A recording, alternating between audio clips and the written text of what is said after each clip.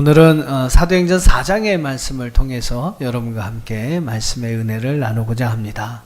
위기를 어떻게 극복할까? 위기를 어떻게 극복하나? 라는 그런 제목으로 오늘 말씀을 통해서 함께 은혜를 나누고자 합니다. 자, 지난주에 말씀을 좀 한번 이제 떠올려 보시죠. 지난주에 우리 사도행전 3장의 말씀에서 성령에 충만했던 그런 초대교회 안에 일어났던 놀라운 기적의 일들을 우리가 함께 살펴봤습니다. 어떤 기적이 여러분 일어났습니까? 사도행전 3장에서 성전 미문에 앉아서 오가는 사람들에게 구걸했던 태어날 때부터 일어설 수 없었던 이 앉은뱅이가 베드로에 의해서 일어나 걷고 뛰며 또 성전에 가서 하나님을 찬미하는 그런 기적이 일어났습니다. 앉은뱅이가 일어나서 걷고 뛰는 것도 큰 기적입니다만 제가 말씀드렸던 기적은 어떤 기적이었죠? 땅만 바라보며 사람들에게만 소망을 두며 살던 이 사람이 하나님을 바라보게 되었다는 겁니다. 땅의 것을 바라보거나 사람을 바라보지 아니하고 하늘의 것을 바라보며 살아갈 수 있는 믿음과 마음이 생겼다는 것이죠. 바로 이것이 여러분 더 놀라운 기적인 줄로 믿습니다. 자, 이런 기적을 체험함을 통해서 베드로는 그의 믿음이 더욱더 담대해졌어요. 그래서 더 담대하게 많은 사람들 앞에서 또 솔로몬의 행각에서 유대인들을 향해서 예수 그리스도의 복음을 전파하게 됩니다. 그리고 그로 인해서 많은 사람들이 그 복음을 믿게 되죠. 오늘 본문에 여러분 4절 말씀을 좀 한번 봐보세요. 4장 4절에 보면 그 당시 있었던 어떤 초대교회 안에 성령의 역사를 이렇게 표현하고 있습니다. 사도행전 4장 4절 같이 읽어보시죠. 시작. 들은 사람 중에 믿는 자가 많으니 남자의 수가 약 5천이나 되었더라. 여러분 성령 충만하면 오늘 여러분의 삶에도 이러한 기적이 또 이러한 부흥이 이러한 회복의 역사가 일어나게 될 줄로 믿습니다. 믿으시기를 바랍니다. 예, 오늘 초대교회가 성령 충만함으로 이와 같은 역사가 일어났어요. 기적이 일어났습니다. 그리고 큰 부흥이 일어났어요. 많은 믿는 사람들의 수가 늘어나게 되었습니다. 자, 근데 중요한 것은 여러분 성령 충만하다고 해서 좋은 일만 있는 것은 아니라는 거예요. 예, 또 중요합니다. 성령 충만해도요, 위기나 어려움이나 고난이나 위험한 일들을 당할 수 있다라는 겁니다. 오늘 사도행전 4장은 그것을 우리에게 이야기해 주고 있어요. 믿음이 좋다고 해서 모든 하는 일이 다 형통할까요? 그렇지 않습니다. 실패할 수도 있습니다. 어려움을 당할 수도 있습니다. 믿음이 좋다고 해서 여러분 삶 속에서 어려운 문제들을 당하지 않나요? 아니라는 거예요. 아니라는 겁니다. 당할 수도 있다. 성령 충만했던 초대교회에도 여러분 하나님의 놀라운 기적이 일어났던 그 초대교회에도 위기가 있었습니다. 오늘 사도행전 4장의 말씀을 보면 그 한 가지 어려운 문제를 우리에게 소개하고 있어요. 자, 어떤 문제를 만나게 될까요? 1절부터 3절 오늘 본문의 말씀인데 같이 한번 읽어보겠습니다. 시작. 사도들이 백성에게 말할 때에 제사장들과 성전 맡은 자와 사두개인들이 이르러 예수 안에 죽은 자의 부활이 있다고 백성을 가르치고 전함을 싫어하여 그들을 잡음에 날이 이미 저물었으므로 이튿날까지 가두었으나. 자, 초대교회를 일으켰던 부흥의 어떤 원동력이 되었던 이 베드로와 요한, 이 두 사람을 유대의 지도자들이, 종교 지도자들이 잡아다가 가뒀습니다. 제사장들, 성전을 맡은 자들, 성전의 책임자들, 또 사두개인들이 그들을 가두고 그 다음 날에는 종교재판 가운데 그들을 회부시켰어요. 이 종교재판에 여러분 이끌어가는 이들이 누구입니까? 6절 말씀에도 나오죠. 대제사장 안나스와 가야바, 요한, 알렉산더, 대제사장의 문중들. 요한, 알렉산더, 그 다음 사람들은 어떤 사람인지는 잘 모르지만, 안나스와 가야바는 여러분 누군지를 우리가 압니다. 그들이 누구냐면요, 예수님을 십자가에 못 박아 죽게 했던 그 일에 앞장서서 행하였던 이들이 바로 이 안나스와 대제사장 가야바였습니다. 한때 베드로는요, 이들에게 잡혀서 예수님과 같은 위험을 당할 것을 피하기 위해서 예수님을 3번이나 모른다고 부인했던 적도 있었습니다. 이제 여러분 베드로와 요한이 예수님과 똑같이 그러한 종교재판에 회부된 거예요. 어떻게 보면 예수님처럼 이제 죽을 수도 있는 그러한 상황이 그들 가운데 온 겁니다. 앞날을 알 수 없는 캄캄한 그러한 상황, 그런 위기 가운데 그들이 처하게 되었던 것이죠. 놀라운 기적을 통해서 초대교회가 엄청난 부흥을 일으키고 또 많은 사람들이 정말로 믿는 그러한 역사들이 일어나는 이 상황 속에서 바로 그 초대교회 안에 이러한 위기가, 이러한 어려움이 닥쳐오게 된 겁니다. 사랑하는 성도 여러분, 성령 충만하다고 해서 위험이나 어려움, 고난이 안 오는 게 아니라는 거죠. 믿음 생활을 잘 한다고 여러분 모든 일이 다 형통하게만 되는 것은 아니라는 겁니다. 위기가 오고요, 어려운 일이 생깁니다. 믿는 사람이나 안 믿는 사람이나 어려운 일, 고난이나 그러한 힘겨운 일들을 당하는 것은, 삶의 여러 가지 문제들 당하는 것은 동일합니다. 에이 목사님, 뭐 믿는 사람이나 안 믿는 사람이나 다 똑같이 위기나 어려움을 당하면 뭐 믿음도 별거 아니네요. 에이 믿어도 별 필요가 없겠네요. 그렇게 말씀하시는 분도 있을지 모르겠습니다만 그건 정말 아닙니다. 여러분, 왜 우리에게 믿음이 필요합니까? 왜 우리에게 여러분 믿음이 필요합니까? 이 믿음으로 우리는 바로 구원을 얻습니다. 또 이 믿음으로 우리는 영원한 생명을 얻습니다. 이 믿음으로 우리는요, 하나님 나라에 들어갑니다. 이 믿음으로 우리는 하나님의 백성이라, 하나님의 자녀라 인정을 받게 되죠. 또 하나 중요한 게 뭔지 아세요? 바로 이 믿음 때문에 우리는 삶의 모든 위기와 어려움을 승리할 수 있게 된다는 것입니다. 믿는 사람이나 안 믿는 사람이나 다 똑같이 위기와 어려움을 당합니다만, 믿는 사람이 가진 그 믿음, 하나님께서 우리에게 허락하신 그 믿음은요, 그 모든 위기를 이겨내게 만든다는 것이죠. 위기를 오히려 기회로 바꾸는 능력이 있습니다.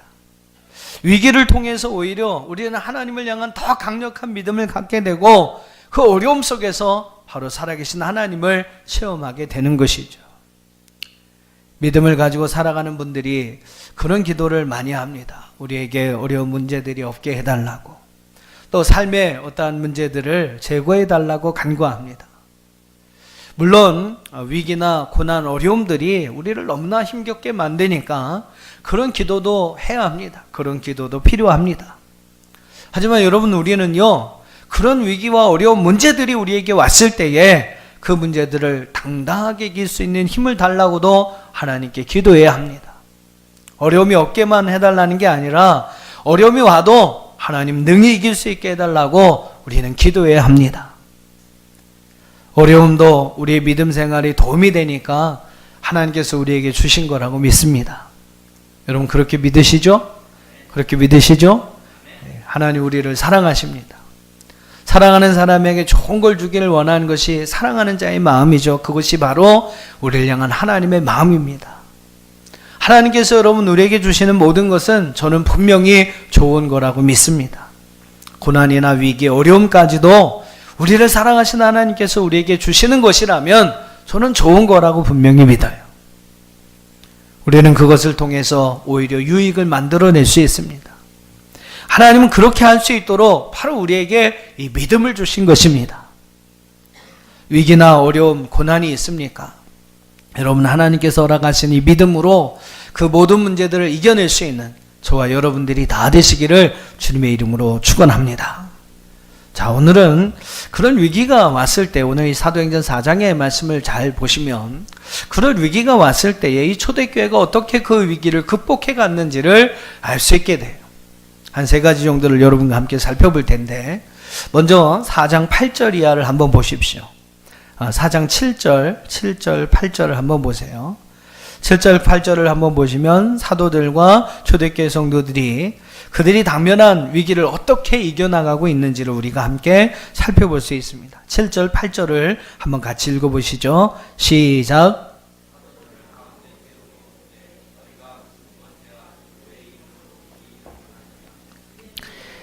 성령이 충만하여 이르되 백성의 관원들과 장로들아.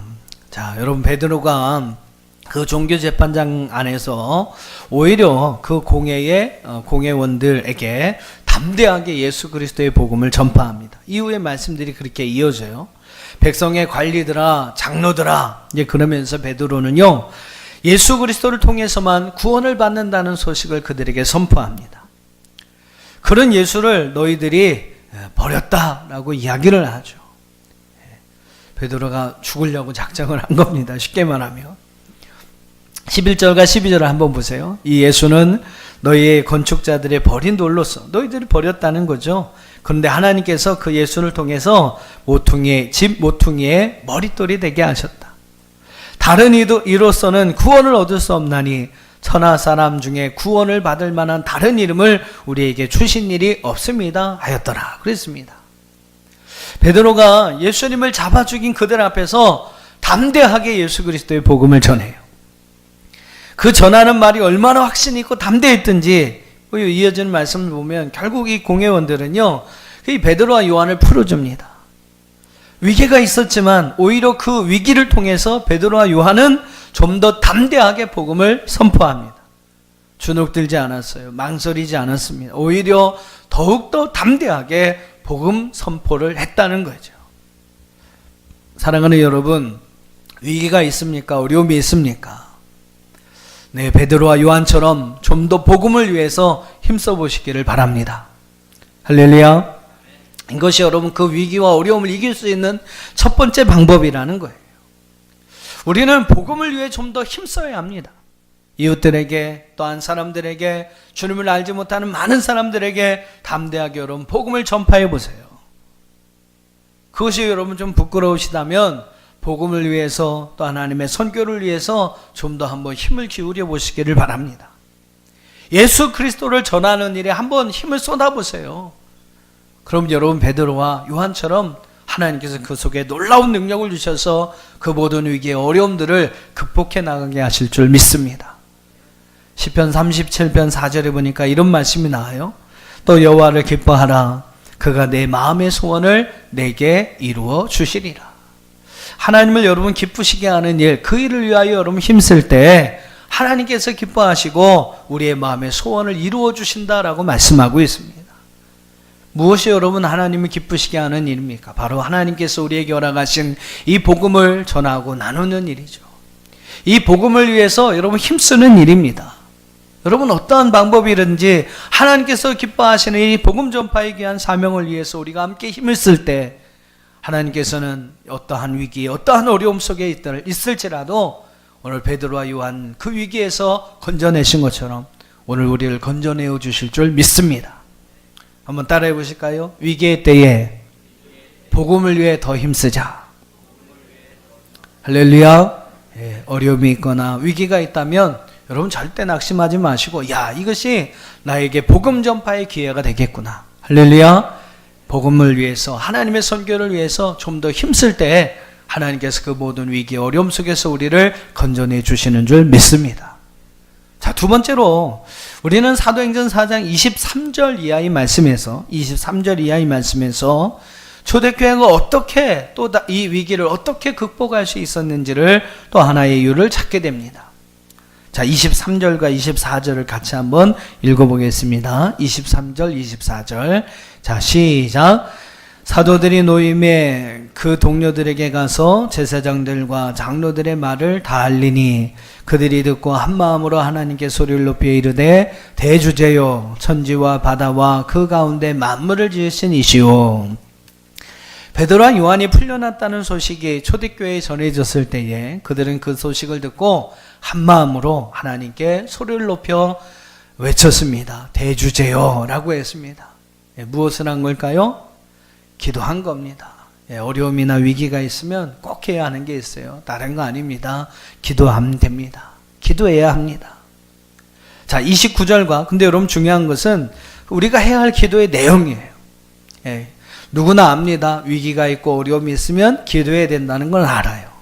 근데 여러분 중요한 것은 그 기도의 내용이 무엇이냐라는 거죠.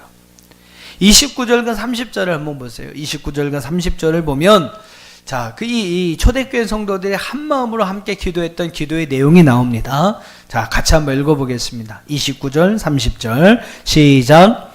주여 이제도 그들의 위협함을 굽어보시옵고 또 종들로 하여금 담대히 하나님의 말씀을 전하게 하여 주시오며 손을 내밀어 병을 낫게 하시옵고 표적과 기사가 거룩한 종 예수의 이름으로 이루어지게 하옵소서 하더라. 자, 기도하는데 여러분 기도의 내용이 어떻습니까? 기도의 내용을 한번 잘 묵상해 보세요. 그 내용을 보면 자신을 위한 것이 아닙니다. 절대로 자신의 어떠한 문제를 해결해 달라 그런 기도가 아니었어요.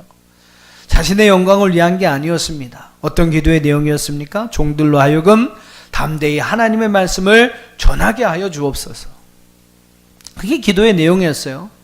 또 그 전함으로 말미암아 또 손을 내어 병을 낫게 하시고 기적과 표적이 드러나 예수의 이름을 드러나게 하옵소서. 바로 여러분 예수의 이름, 예수의 영광을 위해서 또 하나님의 복음 전파를 위한 기도의 내용이었습니다. 하나님의 말씀을 전하게 해달라고 기도했던 거예요. 그것이 여러분 초대교회에 가지고 있는 문제와 그들이 가지고 있는 여러 가지 어려움과 어떤 연관이 있는지 잘 모르겠습니다만 그들이 기도한 것은 문제 해결이 아니었습니다. 바로 하나님이 이 일을 통해서 하나님의 말씀을 전하게 해주시고 이 일을 통해서 예수의 이름이 높여지게 해달라고 여러분 그들은 기도한 것입니다. 이 기도의 응답으로 여러분 어떤 일이 일어납니까? 31절에 보면 그들이 다 성령의 충만함을 받고 하나님의 말씀을 전하게 되었다라고 이야기를 합니다. 그게 여러분 기도 응답이었어요. 기도 응답이었어요. 담대히 나가서 하나님의 말씀을 전파할 수 있게 해달라고 기도했고 하나님은 그 기도의 응답으로 그들에게 하나님의 말씀을 담대히 전파할 수 있도록 해주셨습니다. 근데 여러분 이것으로 인해서 초대교회가 다시금 소생하게 되는 그 모든 어려운 문제들을 극복하게 되는 계기가 되더라는 것이죠. 나중에 또 다른 어려움이 생깁니다만 그것으로 어쨌든 그 순간에 있었던 어려움들을 극복할 수 있는 힘과 능력이 되었어요. 어떻게 보면 좀 생뚱맞죠, 그죠? 빨리 그 문제를 해결해 달라고 기도해야 되는데 하나님의 말씀을 전할 수 있게 해주세요. 예수의 이름을 거룩하게 해주세요. 그것을 위해 여러분 기도했는데 하나님께서 그들이 가지고 있는 초대교회의 모든 문제들을 해결해 주셨다는 겁니다. 여러분의 기도의 제목이 무엇입니까? 여러분은 무엇을 위해서 기도하십니까? 물론 우리의 일용할 양식을 위해, 우리의 필요를 위해, 우리의 삶의 문제들을 위해서 우리는 기도해야 합니다. 그 문제를 하나님이 해결해 주시기를 기도해야죠. 하지만 여러분, 하나님은 그것보다 먼저 하나님을 위해, 하나님 아버지의 이름을 위해 아버지의 뜻이 이루어지기를 먼저 기도할 것을 우리에게 말씀하셨습니다. 마태복음 여러분 6장 9절 이하의 말씀 보면 예수님께서 제자들에게 기도에 대해서 가르치시면서 이렇게 말씀하세요. 그러므로 너희는 이렇게 기도하라. 하늘에 계신 우리 아버지요, 이름이 거룩히 여김을 받으시오며 나라가 임하시오며 뜻이 하늘에서 이룬 것 같이 땅에서도 이루어지이다. 자, 여기까지는 어떤 기도입니까? 먼저 하나님의 영광을 위해서 기도하라. 하나님의 이름이 거룩히 여김을 받으며 하나님의 나라가 임하며 하나님의 뜻이 이 땅에 이루어지기를 기도하라라고 말씀하셨어요. 그 다음에 어떤 기도입니까? 11절에 보니까 오늘 우리에게 일용할 양식을 주시옵고 우리가 우리에게 죄 지은 자를 사하여 준 것 같이 우리의 죄를 사하여 주시옵고 우리를 시험에 들게 하지 마시옵고 다만 악에서 구하옵소서. 우리의 양식을 위해서, 여러분 우리의 죄 사함을 위해서 또 우리가 시험에 빠지지 않고 승리할 것을 기도해야 합니다. 분명히 이것도 기도해야 돼. 예수님 이걸 기도하라고 말씀하셨어요. 그러나 여러분 그보다 먼저 구할 것이 있다는 겁니다. 그게 여러분 예수님의 가르침이에요. 먼저 구할 것이 무엇입니까? 아버지의 이름이 거룩히 여김을 받으며 아버지의 나라가 임하시오며 하나님의 뜻이 하늘에서 이루어진 것처럼 이 땅에 이루어지기를 먼저 구하라는 것입니다. 먼저 구할 것이 있다라는 거예요. 먼저 구할 것을 구하면 어떻게 합니까? 하나님께서 그 이외의 모든 것을 책임지시겠다는 거죠. 이 마태복음 6장 마지막 절에 이런 말씀이 나옵니다. 33절에 너희는 먼저 그의 나라와 그의 의를 구하라. 그리하면 이 모든 것을 너희에게 더하시리라. 할렐루야. 예, 여러분 이 말씀과 같이 하나님께 여러분 먼저 하나님을 위한 기도, 하나님의 나라를 위한 기도, 하나님의 뜻이 이루어지기를 원하는 그러한 기도를 먼저 우리가 구하고 들을 때에 하나님께서 이 필요한 모든 것을 우리에게 더하여 주실 것을 말씀하고 있습니다. 사랑하는 여러분, 삶에 문제가 있습니까? 인생의 어려움이나 위기가 있습니까? 기도하시기를 바랍니다. 근데 여러분, 그 문제가 해결되기를 먼저 기도하시기보다 오늘 초대교회 성도들과 같이 하나님의 말씀을 전파하게 해달라고, 또 주님을 전할 수 있게 해달라고, 예수님께서 여러분 가르쳐 주신 그 기도대로 먼저 그 아버지의 이름을 위해, 그의 나라를 위해, 그의 아버지의 뜻이 이루어지기를 먼저 기도하시는 저와 여러분이 되기를 주의 이름으로 축원합니다. 하나님이 약속하신 말씀 분명히 그 말씀 그대로 먼저 그의 나라와 그의 의를 구할 때에 우리에게 필요한 모든 것을 더하여 주실 줄로 믿습니다. 자, 마지막 세 번째로 이번엔 32절 이하를 한번 보세요. 사도행전 4장 32절 이하의 말씀 보면 이런 이야기가 나옵니다. 우리 32절로 35절까지 같이 한번 읽어보겠습니다. 시작.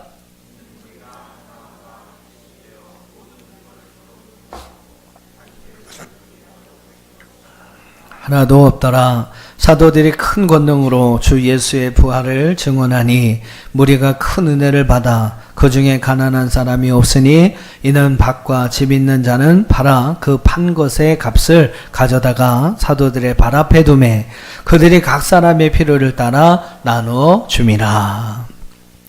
자, 33절에 보면 어떤 말씀이 나옵니까? 큰 무리가 큰 은혜를 받았다라는 이야기가 나와요. 사도들이 여러분 큰 권능으로 예수의 부활을 증거할 때에 그들에게 큰 은혜가 임하였습니다. 사랑하는 여러분, 은혜 받으면 위기를 넘길 수 있습니다. 은혜 받으면 어려움을 극복해 갈 수가 있습니다. 은혜 받으면요, 문제도 해결받을 수 있습니다. 은혜 받으면 여러분 광야에서도 부족함 없이 살아갈 수가 있어요. 은혜 받으면 여러분 이 말씀처럼 모두가 한마음 한뜻이 될 수가 있습니다. 따라해 보실까요? 은혜 받으면 됩니다. 예, 뭐가 되든지 여러분 은혜 받으면, 하나님께서 우리에게 주신 은혜 받으면 뭐가 되든지 됩니다. 하나님의 은혜가 우리에게 필요한 거예요. 초대교회에 하나님의 은혜가 있었기에 그들은 그들이 다 처했던 모든 위기와 문제들, 어려움들을 이겨낼 수가 있었던 것입니다. 초대교회가 위기와 어려움을 극복할 수 있었던 힘은요, 다른 거 없어요. 그들의 뭐 능력이 아닙니다. 하나님의 은혜 때문이었습니다. 바울도 고린도 전서의 말씀에서 그런 고백을 합니다. 바울이 뭐 어마어마한 역사를 하지 않았습니까? 하나님의 복음 선교를 위한 어마어마한 역사, 뭐 많은 사람들이 인간의 힘으로 할 수 없는 일을 했다고까지 이야기를 하는데, 많은 교회를 세우고 그 뭐 엄청난 거리를 그 당시 교통도 안 좋은 상황에서 선교행을 하면서 교회를 세우고 많은 사람들을 복음으로 이끌었던 사도 바울의 그 모든 행적들, 그건 아무 인간이 할 수 없는 일이었다고 많은 사람들이 표현을 합니다. 근데 바울이 그 일을 어떻게 감당할 수 있었는가? 고린도전서 15장 9절과 10절에서 바울은 이렇게 고백해요. 자, 화면 보면서 같이 한번 읽어보겠습니다.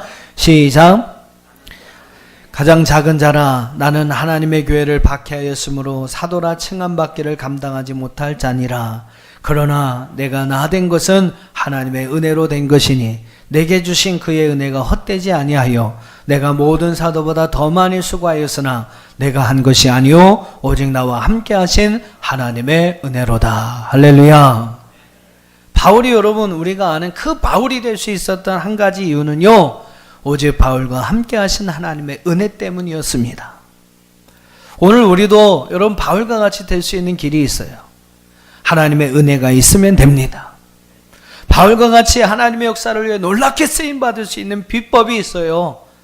바울과 같이 모든 어려움과 위기들을 이겨내고 하나님께서 계획하신 모든 역사를 이룰 수 있는 방법이 있습니다. 그것은 절대로 우리의 힘과 능력이 아니라 오직 하나님의 은혜인 줄로 믿습니다. 우리가 여러분 하나님의 은혜가 아니면요, 살아갈 수가 없는 거죠. 우리에게는 무엇보다 하나님의 은혜가 필요합니다.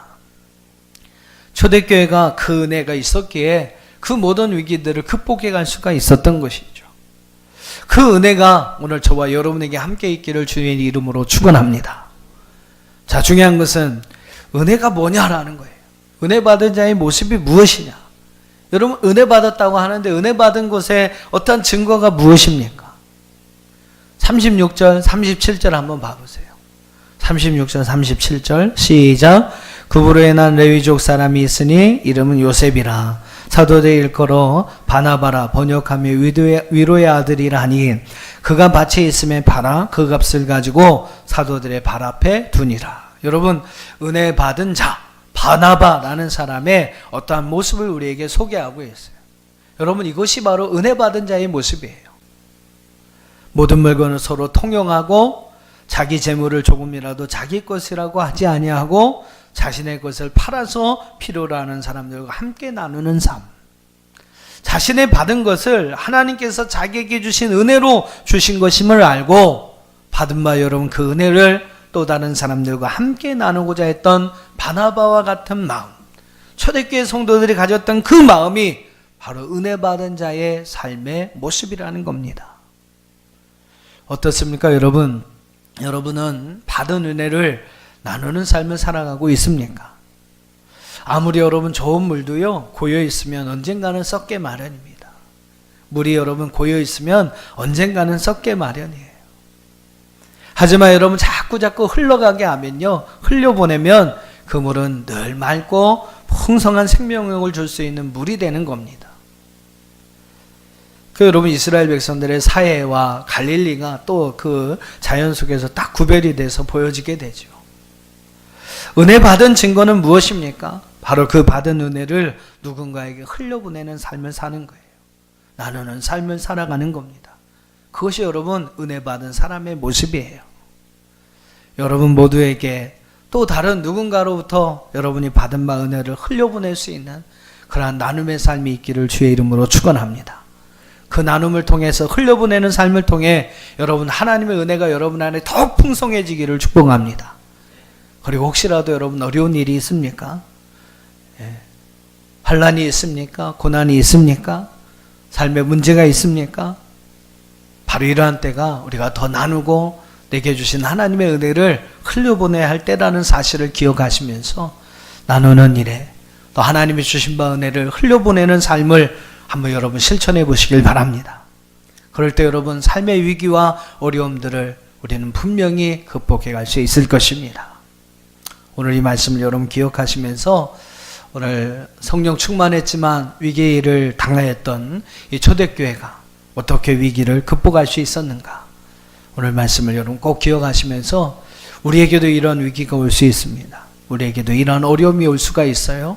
그때 여러분 이 말씀을 기억하면서 오늘 초대교회 성도들처럼 베드로와 요한처럼 그 모든 삶의 위기와 어려움들을 극복해 갈 수 있는 저와 여러분이 다 될 수 있기를 주님의 이름으로 축원합니다.